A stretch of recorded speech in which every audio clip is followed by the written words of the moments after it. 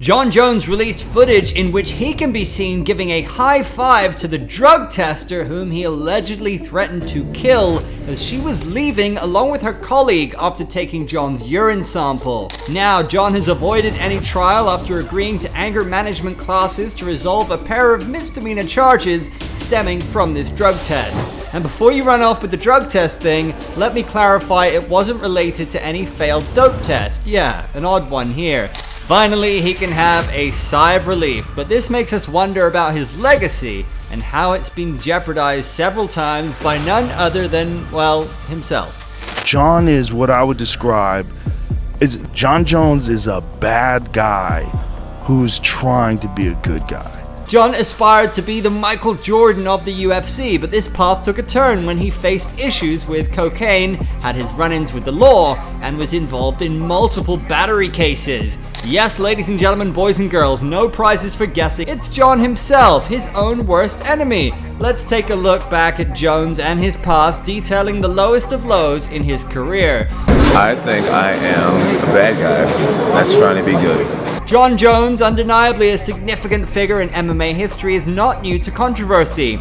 He has an unmatched CV, establishing him at the top of any GOAT conversation. However, with a checkered past that has impacted his legacy and reputation not once, twice, thrice, but multiple times again and again. Let's cut to September 2021. Jones was arrested for domestic violence charges involving his wife and vehicle damage. This unfortunate news came just hours after his UFC Hall of Fame induction. And if we go into the details, it was a serious one. Reports indicate that his fiancée was left bloodied during their altercation and their children were present at the time. When the police arrived, they observed blood on her clothing. Officers, I hate you. I hate you. Jones was arrested after this incident, which left everyone shaken. His reputation took a massive hit.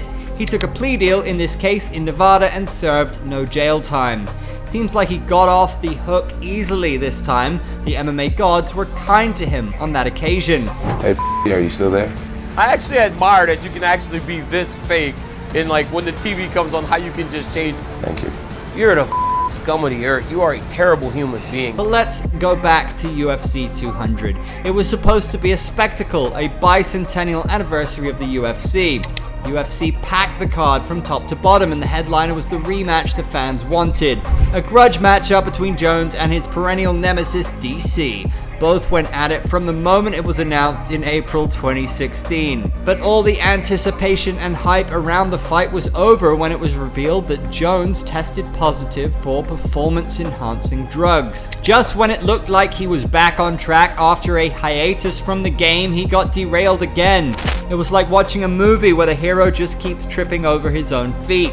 He was supposed to be a champion, but these actions made people wonder if he was really in control of his own life.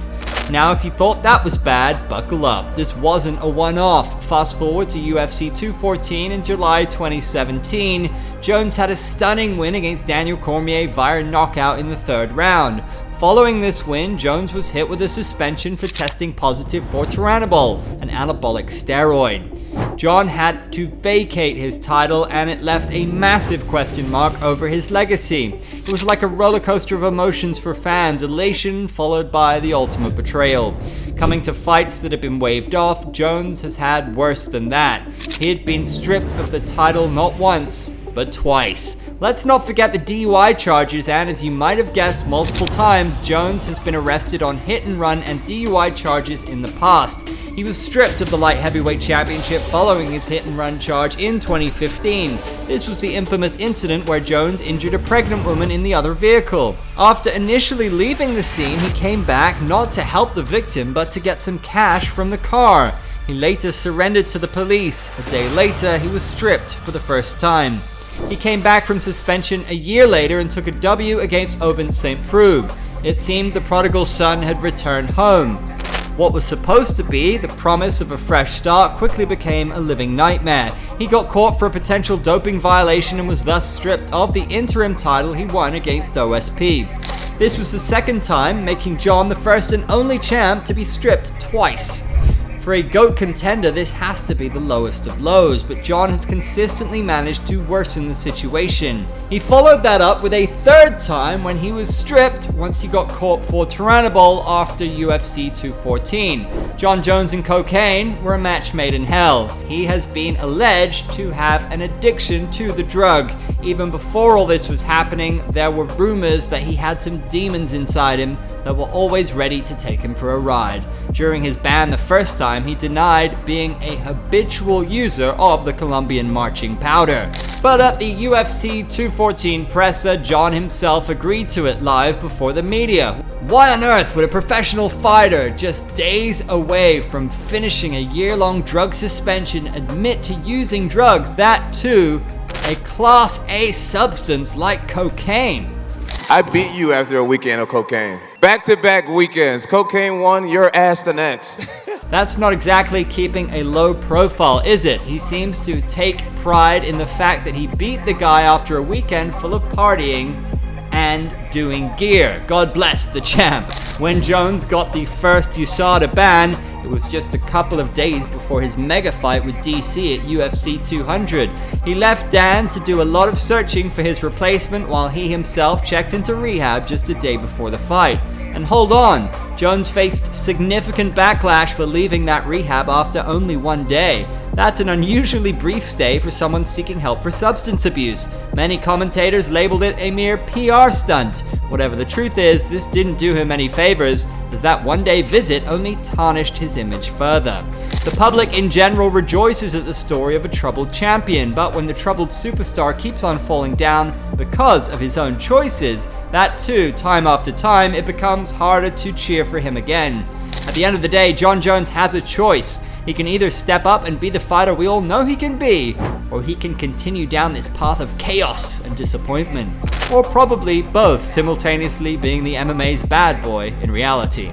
That's the Jon Jones we all know and have been accustomed to hearing about. Jon is a classic tale of redemption versus ruin, and honestly, we're all rooting for him to pick the right side this time.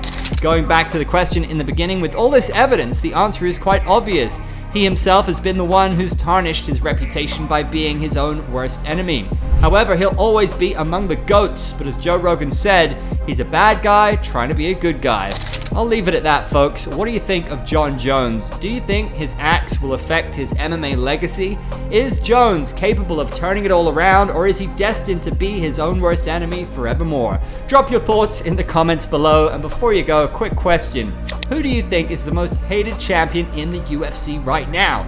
With this video on your left, you'll find out why Belal Muhammad is in fact the most hated UFC champion and the most hated fighter on the roster.